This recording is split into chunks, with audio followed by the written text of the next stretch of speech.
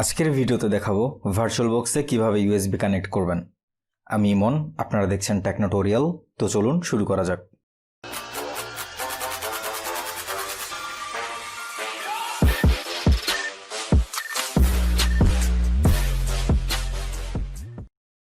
আমি একটি USB pen drive ব্যবহার করব পুরো প্রসেসটি বোঝাতে।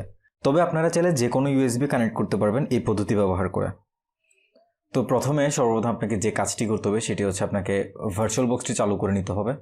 আমি ভার্চুয়ালবক্স চালু করে নিলাম। ভার্চুয়ালবক্স চালু করার পর আপনি যে মেশিনের মধ্যে ইউএসবি কানেক্ট করতে চান সেই মেশিনে ক্লিক করে সেখান থেকে সেটিংসে চলে যাবেন। সেটিংসে যাওয়ার পর এবার বাম পাশে যে অপশনগুলো রয়েছে সেখান থেকে ইউএসবিতে চলে যাব। আপনারা দেখতে পাচ্ছেন আমার কাছে অলরেডি দুটো ইউএসবি কানেক্ট করা রয়েছে, বা আমি আগে এই দুটো ব্যবহার করেছিলাম। তো এবার আমি যদি নতুন কোনো একটি ইউএসবি কানেক্ট করতে চাই তাহলে সেক্ষেত্রে আমাকে যে কাজটি করতে হবে সেটা হচ্ছে আমাকে এখানের মধ্যে যে সেকেন্ড যে আইকন সেখানের মধ্যে ক্লিক করতে হবে, যেটাতে প্লাস আইকন রয়েছে। সেখান থেকে এবার আমি যে ইউএসবিটি কানেক্ট করতে চাই সেটি সিলেক্ট করে নিতে হবে। আমি ইউএসবি ফ্ল্যাশ ড্রাইভ, এই ড্রাইভটি আমি সিলেক্ট করে নিচ্ছি। সিলেক্ট করে নেওয়ার পর দেখতে পাচ্ছেন এখানের মধ্যে চলে এসেছে।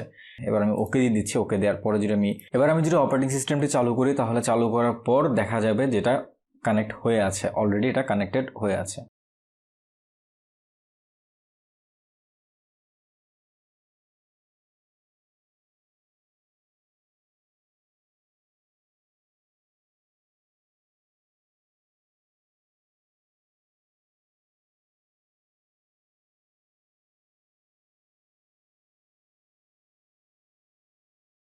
আমাদের অপারেটিং সিস্টেম চালু হয়ে গেল। আমি দিস পিসিতে যাচ্ছি। দিস পিসিতে যাওয়ার পর আমি এখানে আপনাদের দেখাচ্ছি যে এখানের মধ্যে দেখতে পাচ্ছেন যে পেনড্রাইভটি কানেক্ট হয়ে রয়েছে এবং সেটি হচ্ছে রিকল বক্স। তারপরেও যদি আপনারা কানেক্টেড না পান তাহলে আপনাকে যে কাজটি করতে হবে সেটা হচ্ছে নিচে থেকে টুলবারে চলে যেতে হবে। আর আপনি যদি টুলবারটি ডিসেবল করে রাখেন তাহলে হচ্ছে আপনাকে রাইট কন্ট্রোল এবং এফ ক্লিক করার পর এটা ফুল স্ক্রিন মোড থেকে বের হয়ে আসবে।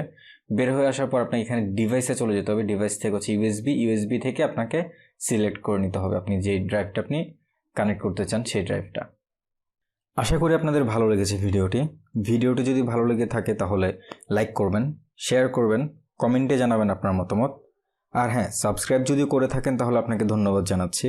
আর যদি করে না থাকেন তাহলে এখনই করে ফেলুন, কারণ সামনে আসছে আরও আকর্ষণীয় সব ভিডিও।